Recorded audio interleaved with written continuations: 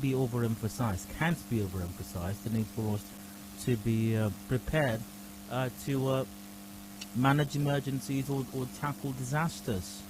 Yeah, and this was on our news earlier today. Yep, I believe it was earlier today. Safety expert Sam Bombs has called for behavioral change towards storage of inflammable items. Mr. Bombs gave the advice following recent fire outbreaks in Port Harcourt. Let's see what Sam Bombs had to say about this development. It's a very, very, very disturbing one indeed. There are things we are doing wrongly. We are doing in an unsafe manner. Storage of inflammable materials. If you look at some of these places where this fire has happened, you will find out that inflammable materials were stored in places where they shouldn't be. If they were properly stored and then all the safeguards are put in place, then you won't have fire outbreak. So the moment we start doing this right, we store inflammable materials where they should be stored, and then we put the necessary safeguards, then you will not have this kind of side incidences. Awareness campaign, the necessary professional bodies and government agencies must come together and carry campaigns. Yeah, so we'll take a look at that, preparedness levels, as residents of River State, what we should be doing, what the government needs to do as well, and how important really is it to be prepared to manage these disasters or these emergencies when they do happen? Is it really important, or is it not our portion?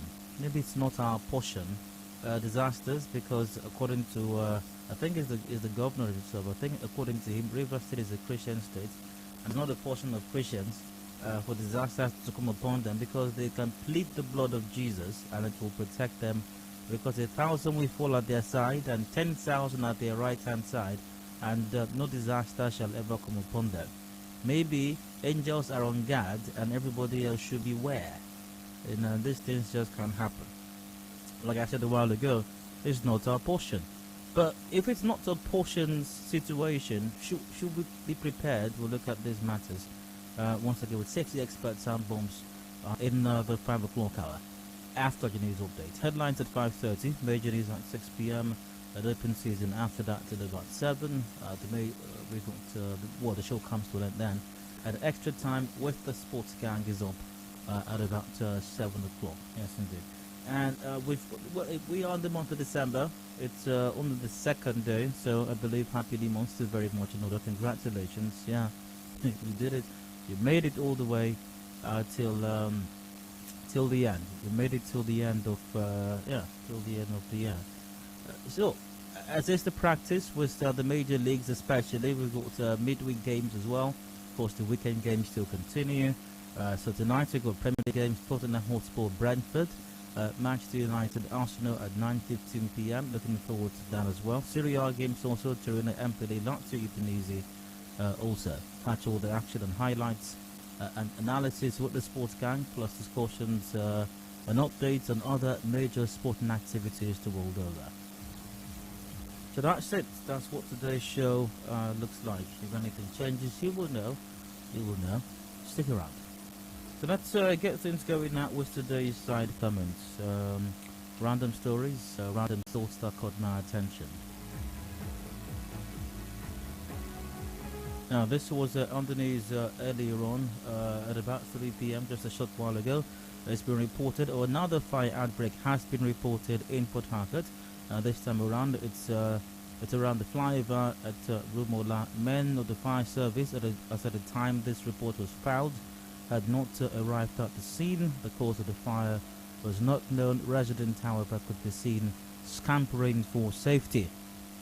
Yeah, I know that this does not this. I'm not sure in any way has to do with direct or indirect primaries. I don't think that this in any way is connected with electronic transfer of results. I don't think that this might be, well, it depends on your perspective though. You might be able to connect this to 2023. As a matter of fact, I think you should.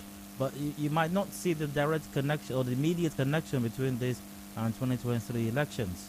But it's important still. It's important still. And yes, this might, I don't know, this might not, for some persons, carry as much weight as flyovers do. But it's very important.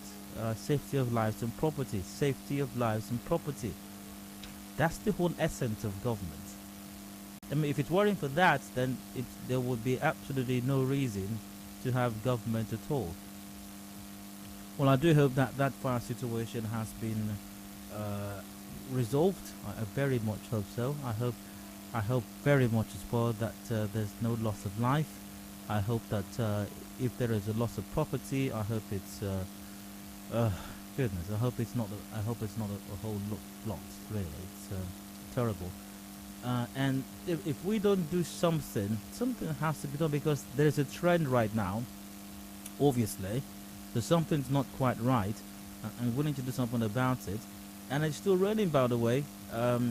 You know, as I walked into the studio, into the office a while ago, you know, the cloud, pardon me, was the sky was darkening, clouds are gathering. Looks like it might rain, but eventually the rains will stop.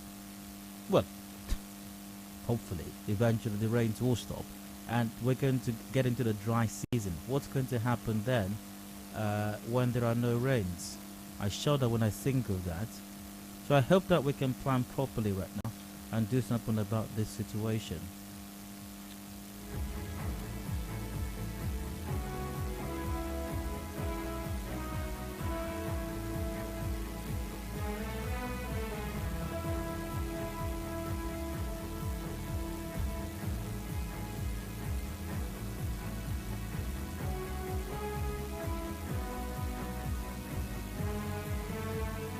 Also, on the home scene, Governor Yusuf Wike does not believe President Buhari will sign the Electoral Act Amendment Bill into law. Speaking in an AIT interview, the governor says the APC would lose the election if President Buhari assents to the bill. Let's hear what the governor had to say regarding that.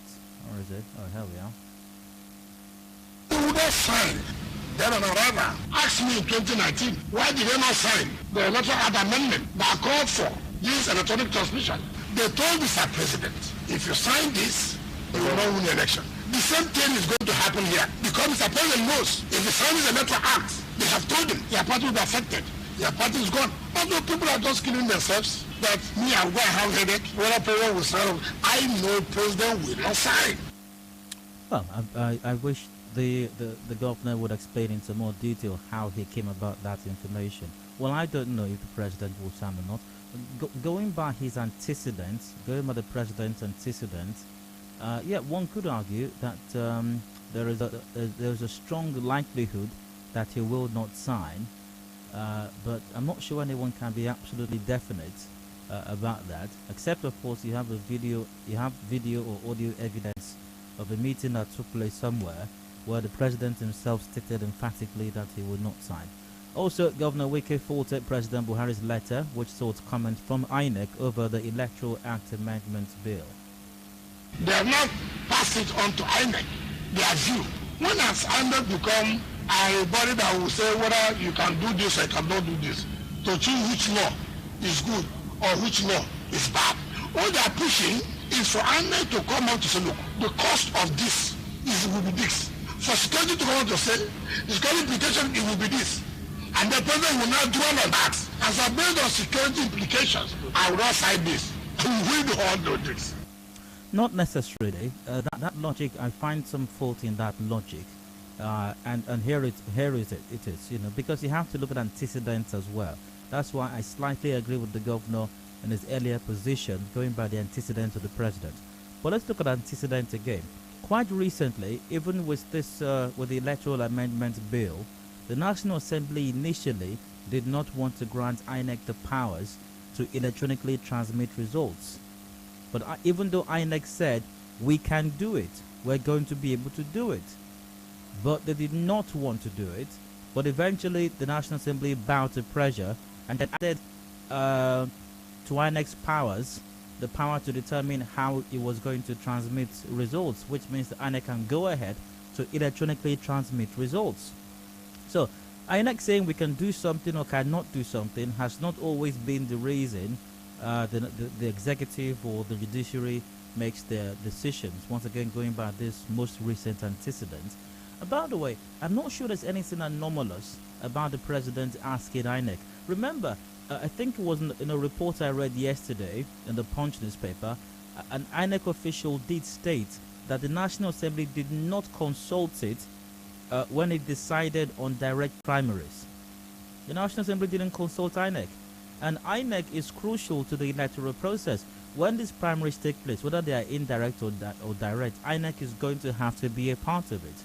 Of course, direct primaries may mean several things, including more funding for INEC, and that's critical. That's something that cannot be overlooked. So if INEC was not consulted when the National Assembly decided to include direct primaries, and then the president becomes aware of that, it's only responsible for him to call INEC to say, INEC, okay, fine. Even though it's your job to simply implement what you ask to do, but I must find out about your capacity as well to do this. Can you do it? Now, if you're going to do it, what will it take for you to do it? I think those are relevant questions. Those are relevant conversations we need to have. So if the National Assembly did not deem it fit to ask INEC before now, which it should have, in my estimation, there's absolutely nothing wrong with the president asking INEC, okay guys, come on over here, can you do this? Or what will it take for you guys to do this? You know, there's not much wrong with that, in my estimation. Now, what the president does with that information cannot be the subject of debate, but as to whether or not he should ask INEC, of course he should ask INEC. Because INEC plays an important role as far as the primaries are concerned. They have to observe the primaries.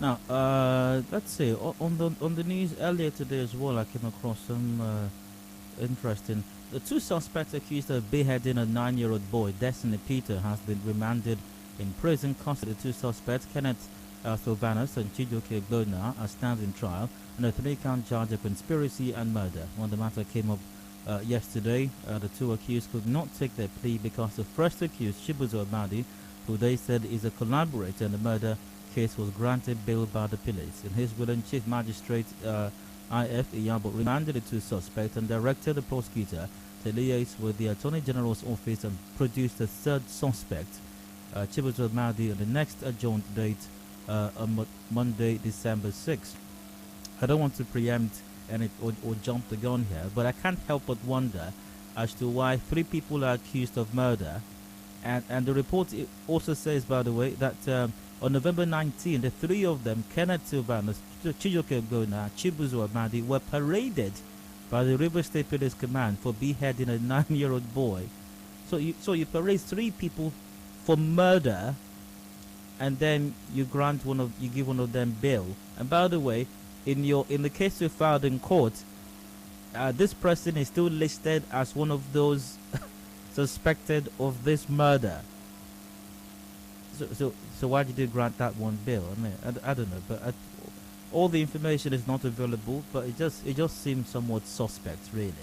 It does seem. I mean, if the charge had been amended and this person's name had been struck out, or maybe a lesser charge was attached to him and not murder of this boy or the beheading of the boy, then maybe, you know. But from information available right now, it don't seem like he's standing.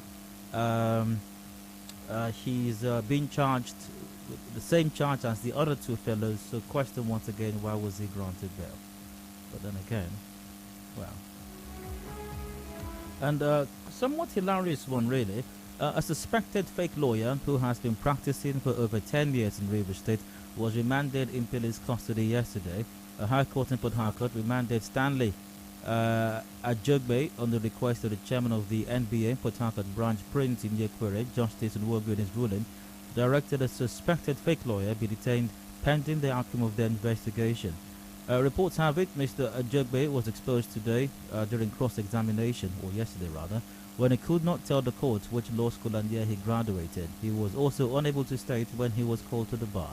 Mr. Ajegbe was unable to state the university he attended as a law student. The defense team in the criminal matter also tendered reports from the Supreme Court of Nigeria the national leadership of NBA disowning his identity as a genuine legal practitioner in the country. The NBA chairman, Prince Inyekwere, Port Harcourt branch that is, spoke to our correspondent on this matter. Let's hear what Prince Inyekwere had to say on this development. Just a moment. Aha. Is it this one? Oh, here we are. His name is not in our NBA database. Of course, you know that every lawyer in Nigeria has an enrollment number, and the Supreme Court keep that list of lawyers. And the Supreme Court has written that they don't have his name.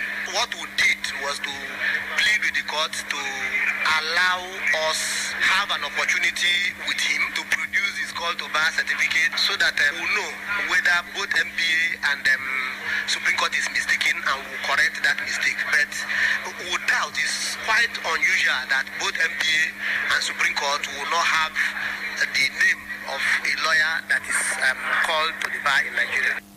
Now, also, the lawyer who cross-examined a suspected fake lawyer in the case of a bounced check explained how Ibikiri Rubio explained how they suspected Mr. Jagbe was fake.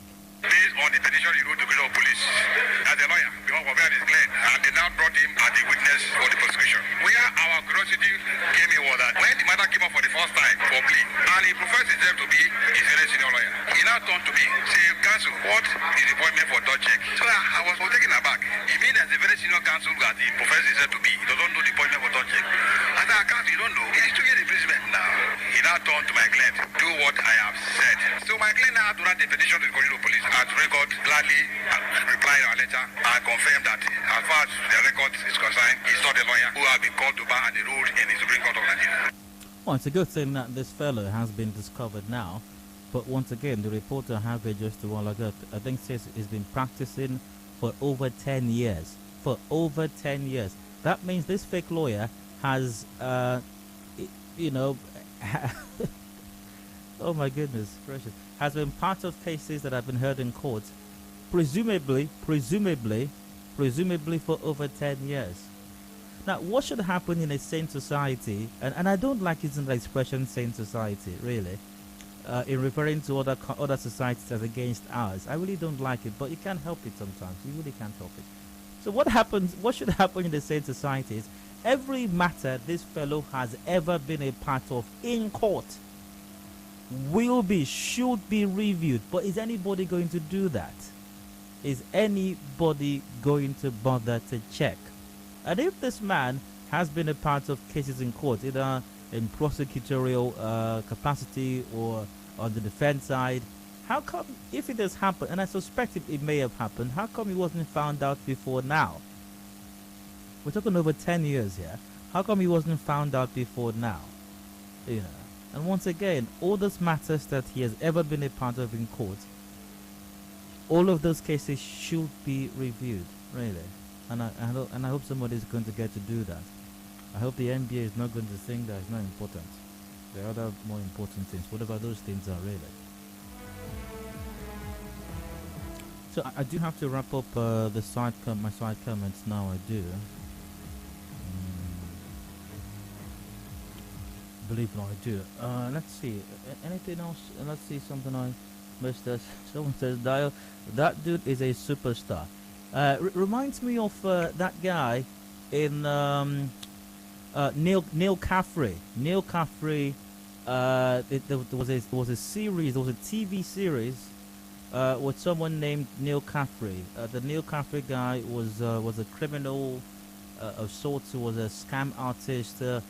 Does anyone remember the name of the TV series? Someone said Suits. Was it Suits?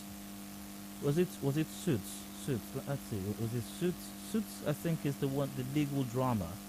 Is Suits not the legal drama? Yeah, Suits is the legal drama. Not Suits. It's not Suits. No, not Suits. It's definitely not Suits. Suits is the legal drama. Yeah, not Suits. But his name, the name of the major character in the series was Neil Caffrey. Let me see if I can find that. Neil Caffrey. Am I getting it right here? Let's see.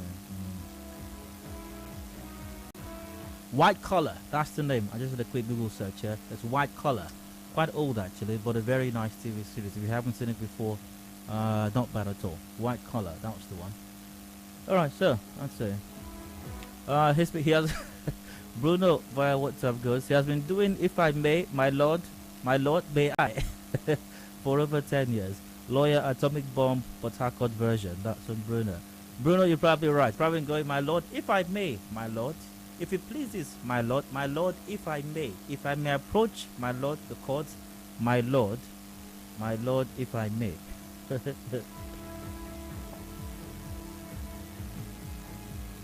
Alright, let's see, what else is over here?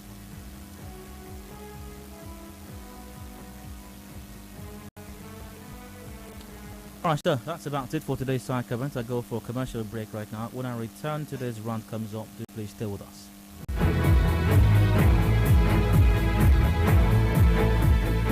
Information is a two-way thing. Nigeria Info, it's your turn. Let's talk.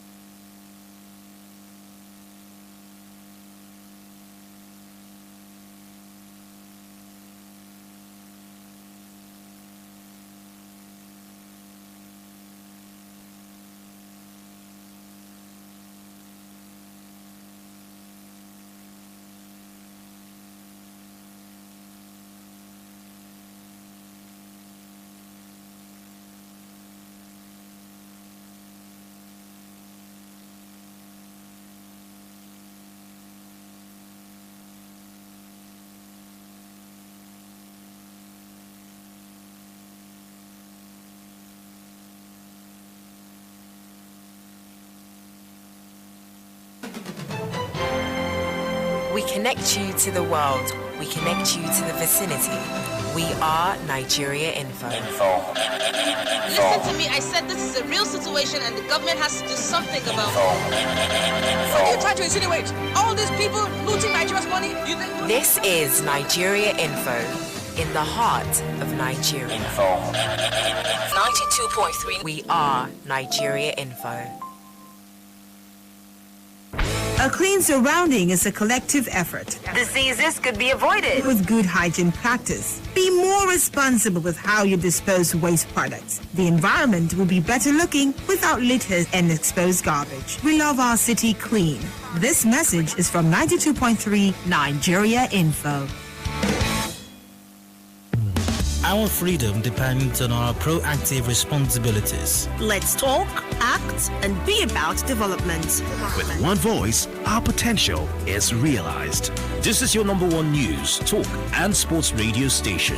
92.3 Nigeria Info. I am listening.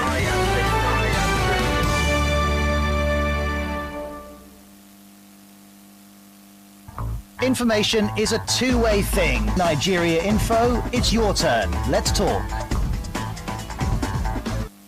And now, Hard Facts. Hard Facts with Diode.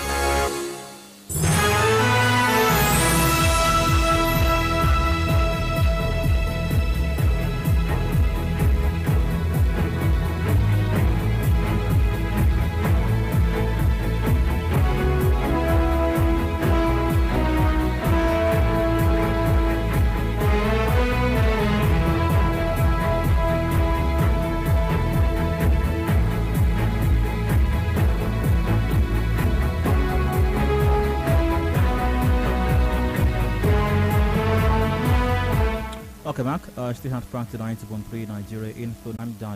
I'd like to run for just a bit. I've got something in my mind. Well,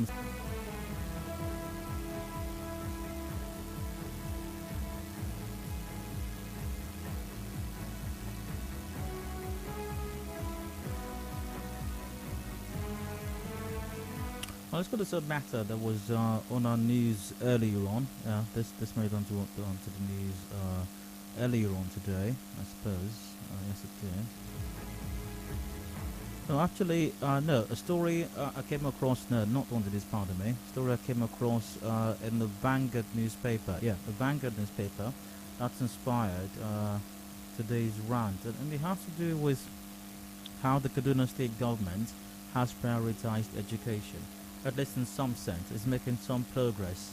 And if you ask me, some commendable progress in that regard.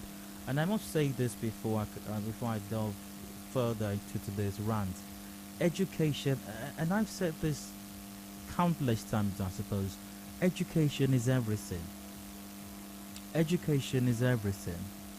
How a person behaves, how a person interacts with people, how a person perceives information, how a person processes information. Yesterday was Wednesday. We had Canvas and Adedayo Roundtable. The topic was sustainable social investments for the Niger Delta. My guest was Dr. Gloria Udo. I remember quite clearly she was talking about, as far as social investments are concerned, she emphasized education. And she said, and I'm paraphrasing, how a person behaves, how a person interacts with the environment, with the society, everything that makes up a human being is the total construct of the level of education that they have, or the quality of education that they have. Education is key. Education is everything. If we want a good economy, we must educate the people. If we want a safer environment, we must educate the people. We cannot have a safer environment if our literacy levels are incredibly low. We cannot have a vibrant economy if literacy levels are low. Nothing can work if the people are not adequately educated. It's not possible. And it doesn't matter what those government does. It doesn't matter what the infrastructure investment or development are. It doesn't, and those are good, by the way. I'm not saying infrastructure development is not good. I'm not saying flyovers are not good or roads are not good. They're good. But if the people are not adequately educated, it all amounts to nothing, really. It amounts to nothing. The foundation, the basis, the bedrock of everything is education. Some time ago, when I used to remind His Excellency of certain matters, and I would talk about education and the things he said he was going to do that has not been done yet, and the things that he should be doing, I would say things like, yes, flyovers are good, but there is a future. I don't know if that future is going to happen in my time, maybe not, but there is a future in which flyovers, the kinds of which we are constructing right now, will be useless. In fact, they may be brought down and destroyed. We're probably going to have flying cars. And by the way, that future is not too far off, because already we have flying cars. They've been manufactured, maybe not in commercial quantity, but flying cars exist already. Now, we need to prepare for the future. We need to be preparing ourselves, aligning. Yesterday when I was talking with Dr. Gloria Udo as well, we're talking about energy transition from fossil fuels to renewable energy. It's going to happen. It's inevitable. Right now we are shouting, oh yeah, oh yeah, oh yeah. And by the way, we should shout. I mean, if there are certain inequities, anomalies, we should shout about those things. It appears that we are only focused on that. It's like our heads have been dipped in this oil and we can't see anything else. We can't even see the tip of our noses, let alone the future. The world is going to transit from fossil fuels. It's going to, in fact, it's happening already. The transition has already begun. What are we doing to ensure that when that transition is concluded, we are we are properly aligned and positioned to take advantage of it, to ensure that we still maintain or retain our relevance. What are we doing? Education is the way. There's nothing else. It is education. There's nothing else. Technology transfer. The transfer, someone is not going to put it in a flash drive and give it to you. And that's it. That's the technology transfer. No, people need to study these things. We need to equip ourselves. We need to educate ourselves. Now, I think I've stretched out enough, at least for the moment. Now, to the story that inspired my run today. Kaduna to dismiss 233 teachers for presenting fake certificates. You can find it in the Vanguard. Now, chairman of the Kaduna State Universal Basic Education Board, Adedayo on Thursday announced that the board is set to dismiss 223 teachers for allegedly presenting fake certificates. He said, quote, the Kaduna State Universal Basic Education Board wishes to update you on recent developments in its continuous quest to improve standards in public basic education schools. Now, according to him, as part of its responsibility to ensure that all teachers actually have the qualification they presented, the board launched a certificate verification exercise in April 2021. The major objective of this exercise was to ensure that all our teachers have the requisite credentials that constitute the basic qualifications for employment as teachers. So far, the board has verified 451 certificates by contacting the institutions that awarded the certificates. 9 of the 13 institutions contacted have responded. As at today, the response from the institution showed that 233 teachers presented fake certificates. This represents 51% of the 451 certificates, and which responses have been received from the awarding institutions. One institution disowned 212 of these fake 233 certificates.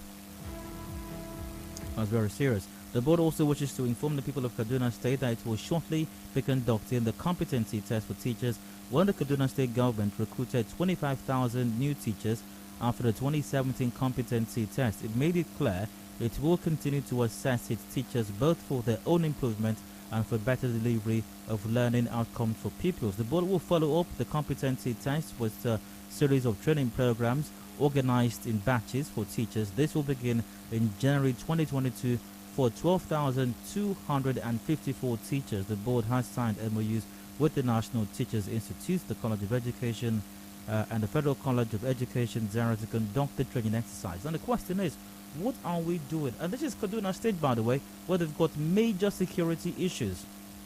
There was a time schools were completely shut down over there.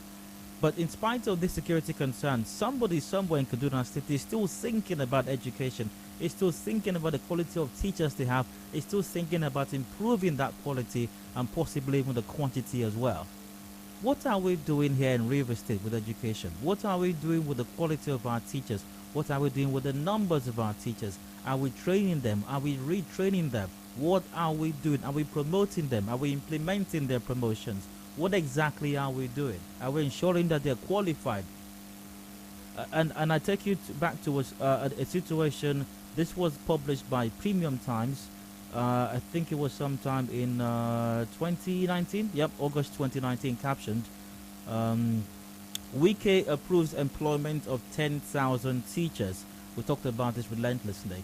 Rivers State Governor Yesem Wike on Thursday said he has approved the employment of 10,000 teachers to boost the figure. May have been more because there was a need to also get other teachers. I think it was for another subject that was to be introduced at that time. So what's happened to that till now? Over at least 10,000 teachers needed in our schools. So if we have that kind of a deficit, then what the heck is going on? That means that in some schools you don't have teachers, or in some schools you don't have teachers to teach certain subjects. That's automatically what it means. Yet it appears we're doing absolutely nothing to fix that situation. You don't hear anything about training teachers or retraining teachers. You hear nothing about things like that. So let's place priority where it's very important. Basic education is key. Let the Rivers State government focus on that. Flyovers are good, but once again, Flyovers might get us from GRA Junction to Waterlines a little faster. Education will take us to a future where flyovers can't even begin to think of, if they can think. On that note, I end my rant. Thanks for listening. Hope you're not bored. Let's get your take on mine. Call 0817 93 0002, 0817 93 0003, and 0817 93 0007. We're live on Facebook.com/Nigeria Info PH, and WhatsApp is on 0809 0306416. For a few minutes ago, I hope I can take a few responses before that. Let's see what's happening via Facebook and WhatsApp, if I can afford that.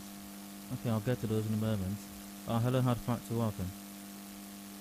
Hello, Dayo. Hi, go ahead.